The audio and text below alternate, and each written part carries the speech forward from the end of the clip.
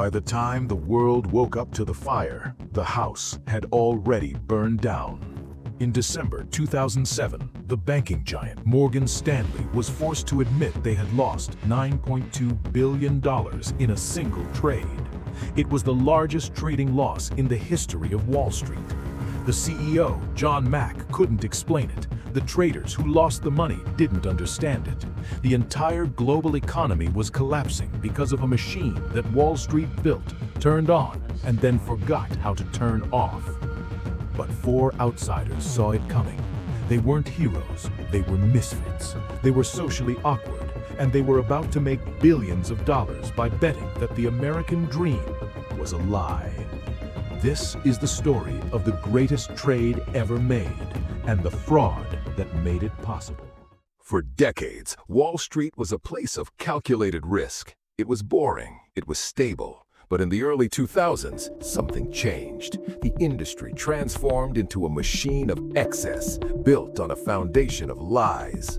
As author Michael Lewis noted, the bond market, once a sleepy backwater compared to stocks, had become the engine of a global delusion.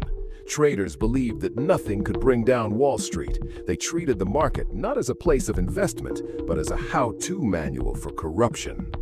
But amidst the noise, one man was paying attention to the silence: Dr. Michael Burry. A heavy metal-loving former neurologist with a glass eye and a habit of working barefoot, Burry was an eccentric outsider.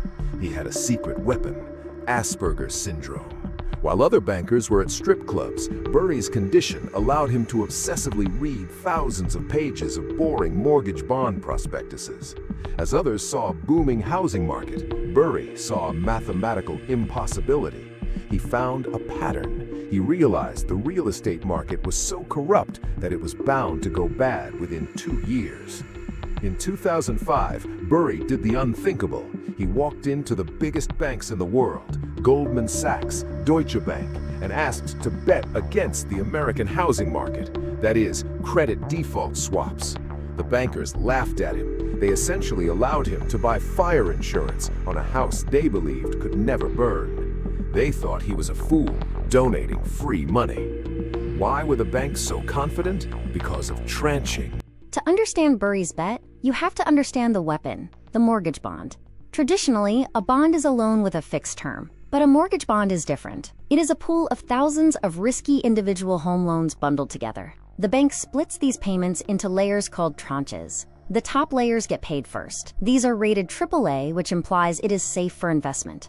On the other hand, the bottom layers, called CCCs, are riskier, and they get paid last. Burry realized that the banks were filling these bonds with loans that would never be repaid.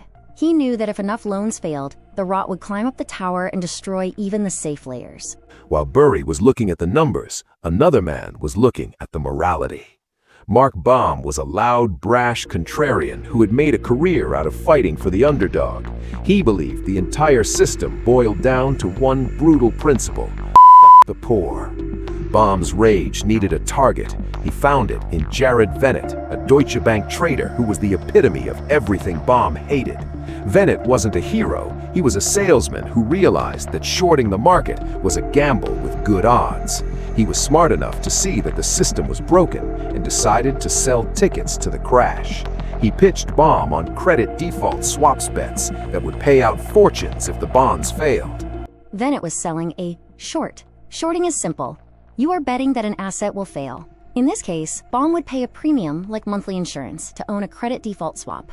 As long as the housing market stayed up, the bank kept its premiums. But if the homeowners defaulted, the bond value hits zero, and the insurance policy pays out massive returns. Baum was skeptical. He needed proof, so he sent his team to the ground zero of the housing bubble, Florida. What they found was a ghost town.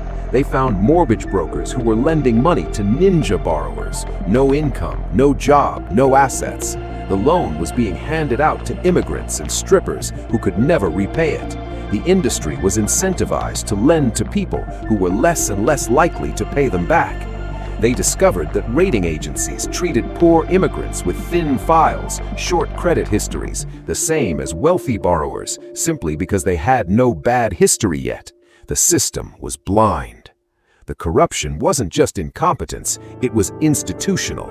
Baum discovered that lenders were hiding the true risk. They were giving people teaser rates, artificially low interest rates that would explode after 2 years. It was, as Baum's team discovered, effectively a Ponzi scheme. How did this fraud sustain itself? Baum visited Moody's, the rating agency. These were supposed to be the referees. Instead, they were on the payroll. They admitted they gave banks AAA ratings because if they didn't, the banks would just go down the street to their competitors. This is where the story turns from negligence to crime. Here's what happened. Wall Street ran out of actual bad mortgages to sell. So they invented synthetic collateralized debt obligations. These were bets on other bets. It allowed them to take a pile of unsold risky mortgage bonds and repackage them into a new tower. It was, as Michael Lewis writes, a machine that turned lead into gold. In reality, they were just laundering the risk. It allowed the market to create unlimited risk without needing actual home buyers. In Las Vegas, Baum met the people managing these CDOs. He realized they were intellectual inferiors, fools chosen precisely because they wouldn't ask questions. They were simply collecting fees while the world burned. The height of this insanity was personified by CDO managers like Wing Chow. By 2007, just as Mike Burry predicted, the cracks began to appear.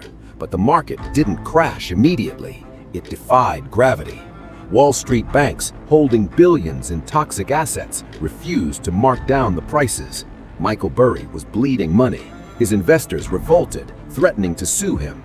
Burry, suffering from the isolation of undiagnosed Asperger's syndrome, retreated further into himself. He was forced to side-pocket their money, locking them in the trade to save them from their own stupidity.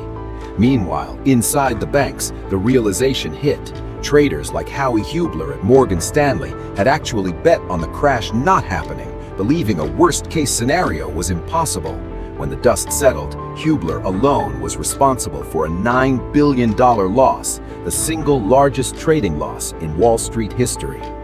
In 2007 and 2008, the subprime market collapsed. Lenders went bankrupt, Bear Stearns fell, the global economy ground to a halt. The bonds Burry had bet against were now worthless. He had won. So did Baum and Venet. Michael Burry made 489% returns, amounting to over $2.69 billion. Validated but vilified, he shut down his fund and walked away from the industry that had rejected him, alone. Baum felt no joy. He realized that while he got rich, the people walking back and forth in front of St. Patrick's Cathedral were the ones paying the price. The 2008 crisis wasn't an accident. It was a man-made disaster, fueled by the willful ignorance of the smartest guys in the room. And the most terrifying part? The system that created it hasn't really changed. It just found new ways to hide the risk.